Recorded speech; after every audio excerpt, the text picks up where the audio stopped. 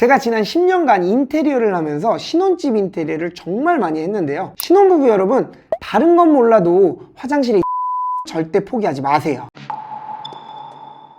안녕하세요. 소프트 콘크리트 김남훈입니다. 욕실 인테리어 고민되시죠? 제가 욕실 수백 군데를 시공해보니까 예뻐서 무작정 따라했다가 쓸데없이 했다고 후회하는 것들이 있어요. 타일만 잘 고르면 끝일 것 같지만 막상 살아보면 이거 왜 이렇게 했지? 싶은 순간이 반드시 옵니다. 진짜 실패 없는 욕실 인테리어는 디자인보다 디테일을 볼 줄 알아야 해요. 그래서 준비했습니다. 누구도 말해주지 않는 욕실 인테리어 디테일, 살면서 후회하는 9가지를 제가 딱 정리해서 알려드릴게요. 욕실 인테리어 철거 전에 이것부터 하셔야 합니다. 다들 욕실 인테리어의 첫 번째 순서가 철거라고 생각하시는데요. 아닙니다. 그 전에 하수 배관 청소부터 하셔야 돼요. 공사가 다 끝나고 입주 청소할 때 물이 안 내려가는 경우가 꽤 많거든요. 인테리어 공사 중에 생각보다 물을 많이 안 쓰거든요. 정확히 말하면 물을 버릴 일이 거의 없어요. 근데 입주 청소를 하면서 갑자기 많은 양의 물을 쓰게 되니까 그때 배관이 막힌 걸 알게 되는 거죠. 예쁜 타일에 고급 도기, 멋진 수정까지 다 해놨는데 물이 안 내려간다? 그럼 이거 그냥 전시용 화장실 되는 겁니다. 그래서 설비하자는 입주 청소할 때 발견된다는 말이 나오는 거예요. 배관이 막히는 경우가 흔한가요?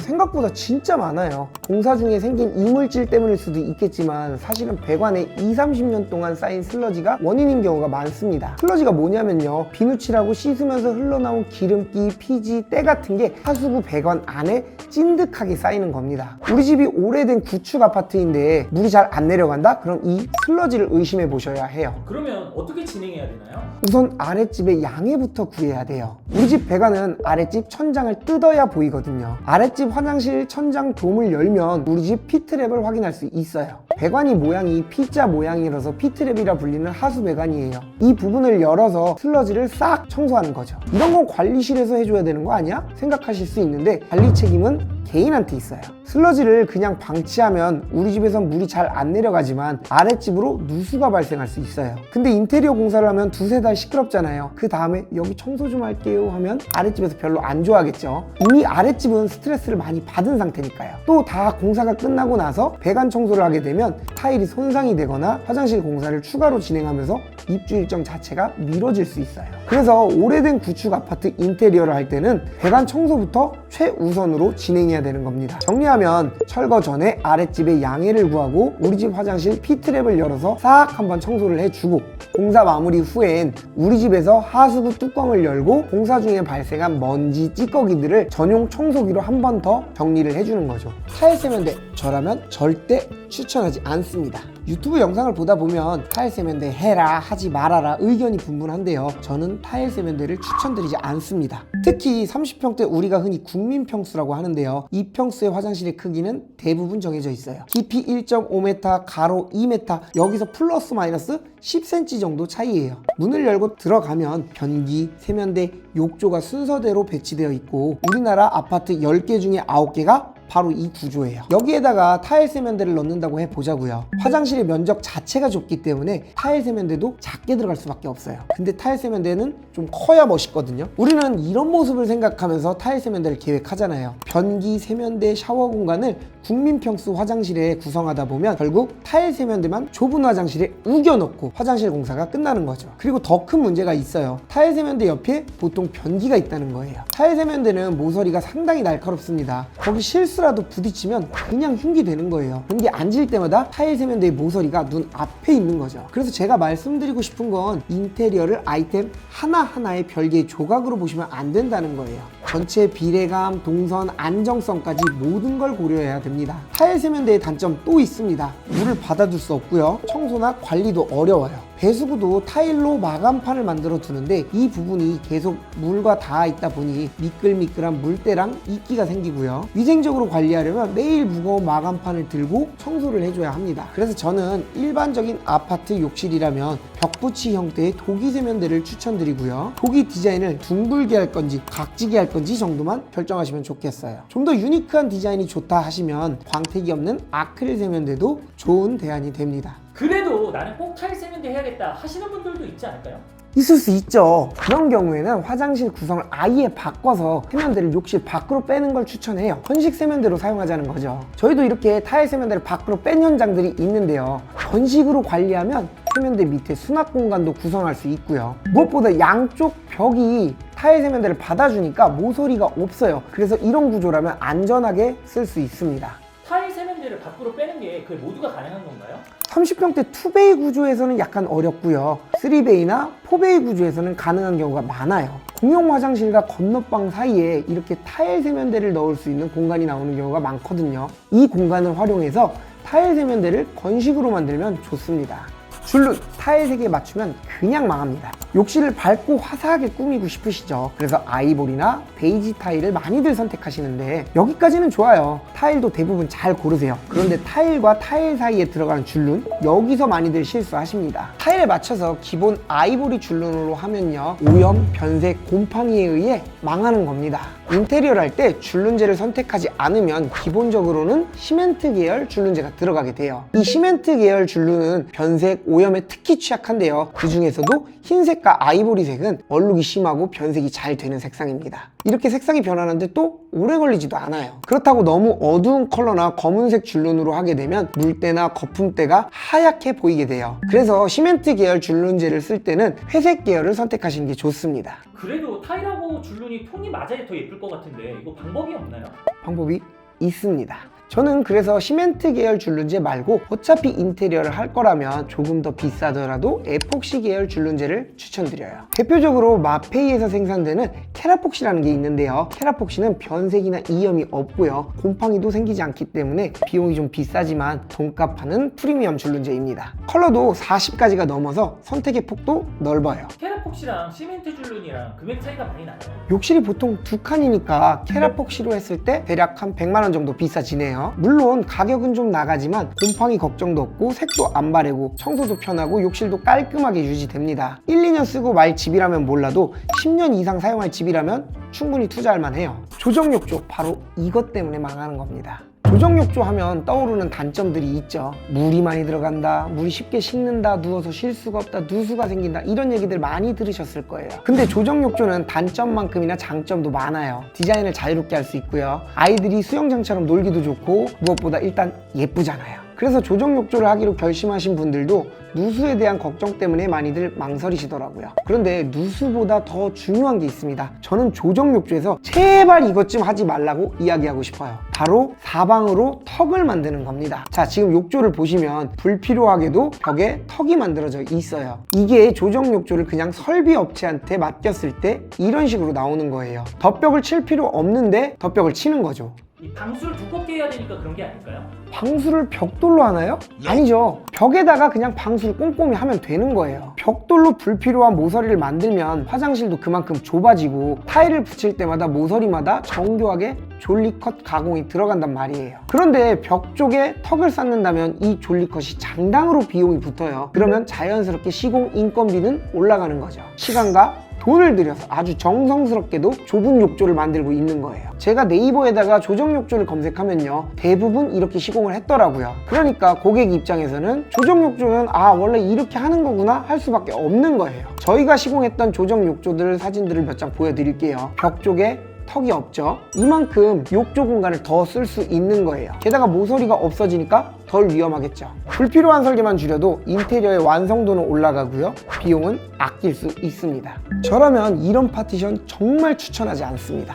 아직도 조적과 유리 파티션을 많이 사용하시더라고요. 반반 파티션 하면 좋을 것 같죠? 현실은 매일매일이 물때와의 싸움입니다. 세면대 쪽으로 물이 튀는 건 싫은데 개방감은 포기할 수 없고, 그래서 많은 분들이 하프 조적, 하프 유리 파티션을 선택합니다. 저도 종종 시공하는데요, 직접 해보니까 문제가 꽤 많더라고요. 일단 유리와 타일 경계에 물이 항상 고여있고, 샤워하고 바로바로 관리 안 해주면 유리 실리콘에 곰팡이 핍니다. 유리에 물때 끼는 거는 뭐 말할 것도 없고요. 물때 관리 안 돼서 나중엔 불투명 유리로 바꿔달라고 하셔서 불투명 유리 필름을 시공해드린 적도 여러 번 있어요. 또 윗부분이 투명하니까 욕실장의 옆면이 그대로 보이거든요. 이게 또 미관상으로 예쁘지가 않아요. 파티션은 물을 튀는 걸 막으려고 설치하는 건데, 이렇게 반반 파티션을 해두면요, 매일 샤워하고 나서 유리를 또 닦고 있어요. 이게 맞냐고요.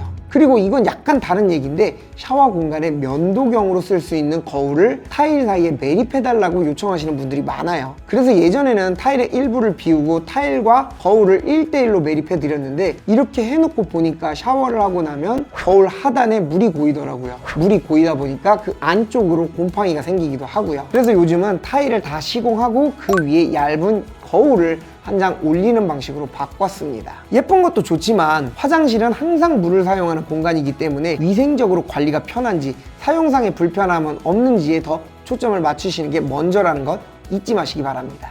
남들 따라 욕조를 없애면 반드시 후회합니다. 있을 때는 필요 없을 것 같아도 막상 없으면 찾게 되는 게 욕조예요. 제가 지난 10년간 인테리어를 하면서 신혼집 인테리어를 정말 많이 했는데요. 신혼부부 여러분, 다른 건 몰라도 화장실의 욕조는 절대 포기하지 마세요. 요즘 젊은 분들은 샤워를 많이 하지 욕조에서 뜨거운 물 받아서 씻진 않으시죠. 그래서 어차피 잘 안 쓸 것 같다, 청소하기 귀찮다 하면서 욕조를 빼달라는 분들도 많습니다. 또 어떤 분들은 욕조 시공비를 절감하려고 예산 문제로서 욕조를 포기하시는 분들도 있고요. 근데 제가 아이를 키워보니까 욕조는 정말 꼭 있어야겠더라고요. 아기를 씻기기에도 딱 좋고요. 우리 엄마는 저만 오면 부피 큰 이불을 욕조에 넣어놓고 저보고 밟으라고 또 해요. 필요할 때는 반신욕도 할 수 있고요. 별거 아닌 것 같아도 생활이 엄청 편리해집니다. 특히 자녀가 있으신 분들은 거실이나 안방 욕실 둘 중에 최소 하나는 욕조를 꼭 넣으시라고 말씀드리고 싶어요. 샤워 공간이 너무 좁아서 욕조를 못 쓴다고 하시는 분들도 있는데요. 욕조가 다 큰 사이즈만 있는 건 아니에요. 깊이가 딱 80cm만 확보되어도 넣을 수 있는 컴팩트한 미니 반신 욕조도 있습니다. 이 제품으로 작은 안방 욕실에 욕조를 넣어드린 적도 있고요. 아무튼 욕조는 있을 때는 모르지만 없으면 반드시 후회한다는 걸 기억해 주세요. 욕실에도 바닥 난방 꼭 넣어줘야 합니다. 써본 사람들은 다 압니다. 욕실 난방 배관이 있는 게 얼마나 좋은지. 신축 아파트엔 있지만 구축 아파트에 없는 옵션 중에 하나가 바로 화장실 바닥 난방이에요. 구축 아파트를 인테리어 하다 보면 화장실 바닥에 난방을 못 넣는 줄 알고 계신 분들도 많던데 화장실은 완전히 철거하고 재시공한다면 충분히 가능합니다. 한번 써보신 분들은 바닥 난방이 없는 화장실로 절대 돌아갈 수 없어요. 특히 겨울에 화장실이 정말 차갑잖아요. 이럴 때 뜨뜻한 화장실 바닥 난방이 얼마나 좋은지 몰라요. 타일은 열 전도율이 굉장히 좋거든요. 그래서 씻고 난 후에 바닥에 물기가 마르는 속도도 빨라지고 물기가 잘 마르면 곰팡이나 물때도 확실히 덜 생기고요. 이래서 저는 화장실 인테리어를 할 때 바닥 난방은 무조건 넣어야 된다고 생각합니다. 이런 건 무조건 요청을 해야 해주는 거죠? 아니요, 소프트 콘크리트는 기본으로 해드립니다. 인테리어 계약하면서 이런 부분을 직접 요청하지 않으시면 대부분은 안 해줘요. 옵션으로 추가 금액을 받는 업체들도 있고요. 근데 저는 제가 써보니까 이건 빠지면 안 되겠다 싶더라고요. 그래서 따로 말씀하지 않으셔도 화장실 바닥 난방은 꼭 해드립니다. 다른 업체에서 인테리어를 하시면서 혹시 돈이 좀 들더라도 화장실 바닥 난방은 꼭 하세요. 난방이 있고 없고 차이가 엄청 큽니다. 화장실 바닥 난방하면서 그럼 주의해야 할 점은 없나요? 한 가지가 있어요. 난방 배관을 넣게 되면 아무래도 화장실 바닥이 좀 높아지거든요. 그럼 문제가 뭐냐? 화장실 문을 열고 닫을 때마다 슬리퍼가 걸릴 수 있어요. 이게 많은 분들이 제일 불편해하는 부분이기도 하고요. 근데 이건 쉽게 해결할 수 있어요. 화장실 문턱이 썩지 않는 인조 대리석 재질로 한 3-4cm만 좀 올려주고 전체 문짝을 필름 시공하면 전체적으로도 디자인도 살리면서 슬리퍼도 안 걸리고요. 문턱이 많이 높아지지도 않으면서 쓰면서 크게 불편하지 않아요. 나는 문턱 생기는 게 절대 싫다 하시는 분들은 변기 옆 타일 벽에 수건거리를 하나 더 설치해 보세요. 그 수건거리에 슬리퍼나 청소소를 걸어둘 수 있거든요. 슬리퍼를 바닥에 두면 밑창에 물이 고이니까 차라리 이렇게 걸어 놓는 것도 좋은 방법이 되더라고요. 저희 집도 이렇게 사용하고 있고요. 사각 매립 수전 그냥 그건 쓰지 마세요. 가끔 사각 매립 수전 해달라는 분들이 계세요. 넓은 면적으로 물이 나오니까 물도 덜 튀고 더 편하게 씻을 수 있다, 뭐 이런 이유인 것 같은데요. 사각 매립 수전은 진짜 시공 난이도가 높아요. 왜냐하면 가로 세로도 딱 맞아 떨어져야 되는 디자인이잖아요. 수직 수평 조금만 안 맞아도 바로 티가 나기 때문에 한 번 틀어지면 그것만 계속 거슬려요. 일단 토수구와 핸들의 수직 수평도 맞아야 되고 타일 표면도 기울기가 딱 맞아야 돼요. 매립 수전은 특성상 수정하기도 까다로워서 시공자들도 굉장히 꺼리는 아이템이에요. 그리고 원형 수전과 달리 토수구 윗면에 물이 항상 고이고 그 고인 물로 인하여 물 얼룩이 생기죠. 그래서 저는 사각 매립 수전보다 시공도 까다롭지 않고 관리도 편한 원형 매립 수전을 추천합니다. 비싼 휴젠트 고집하실 필요 전혀 없어요. 요즘은 고객 10분 중에 9분은 욕실에 휴젠트를 꼭 달아주세요 라고 말씀을 하세요. 온풍도 되고 제습도 되니까 왠지 화장실을 더 쾌적하게 사용할 수 있을 것 같아서 조금 더 비싸도 휴젠트를 찾으시는 거죠. 근데 휴젠트가 필수품은 아닙니다. 우리 집 욕실에 진짜 필요한 게 뭔지부터 따져보셔야 돼요. 아까 제가 화장실 난방배관을 얘기해 드렸잖아요. 바닥에 난방배관 깔면요, 그것만으로도 충분히 따뜻합니다. 굳이 따로 온풍기 안 달아도 돼요. 그리고 휴젠트에서 많이들 기대하는 기능인 제습 기능, 이거 한번 짚고 넘어가야 해요. 우리가 흔히 아는 제습기나 에어컨은 습기를 물로 바꿔서 통에 모으거나 드레인 배관을 통해 하수구로 배출하잖아요. 근데 휴젠트는 습기를 물로 바꾸는 게 아니라 그냥 따뜻한 바람으로 물을 말리는 방식이에요. 그러니까 엄밀히 말하면 제습이 아니라 건조 기능에 가까운 거죠. 그래서 바디 드라이어나 머리를 말리는 용도로는 꽤 쓸만해요. 그럼 휴젠트에 욕실 제습 기능을 바라는 건 좀 무리가 있다? 제습기라고 기능은 분명 있지만 휴젠트는 제습기로 쓰시기보단 바디 드라이어로 쓰시고, 제습을 원하시면 창문을 열어두고 환기를 시키시거나 아니면 이동식 제습기를 화장실 가까운 데 켜두셔서 습기를 물로 변환시켜서 버리셔야 그게 완벽한 제습이라 봅니다. 그럼 휴젠트 대신 추천할 만한 제품이 있나요? 휴젠트보다 훨씬 가성비 좋은 제품 하나를 소개시켜 드릴게요. 우리가 휴젠트를 사용하는 가장 큰 이유는 온풍과 난방이거든요. 그래서 온풍 기능 하나만 필요하다면 제로크 H 제품이 훨씬 낫다고 볼 수 있어요. 제로크 H의 가격이나 기능을 보면 휴젠트의 하위 호환인 것 같지만 온풍 기능에 특화된 제품이에요. 그래서 따뜻한 바람이 나오는 토출구도 휴젠트보다 가로폭이 더 넓고 출력도 훨씬 강해요.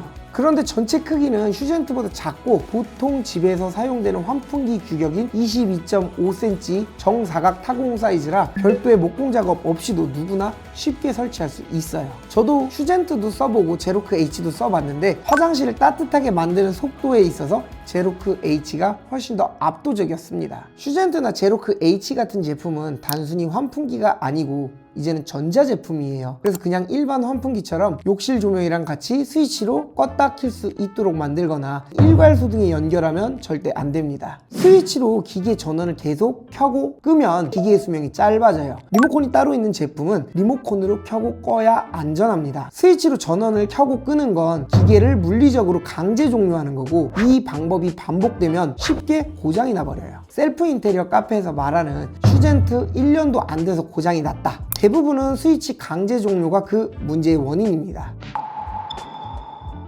욕실 인테리어는 해놓고 나서 후회하는 일 정말 많습니다. 그런데 그 후회의 대부분은 아주 작은 디테일에서 시작이 돼요. 오늘 알려드린 내용들이 여러분이 그런 후회를 피하시는데 도움이 되셨으면 합니다. 궁금하신 점은 댓글 남겨주시고요. 도움이 되셨다면 좋아요와 구독 부탁드립니다. 지금까지 소프트 콘크리트 김남훈이었습니다.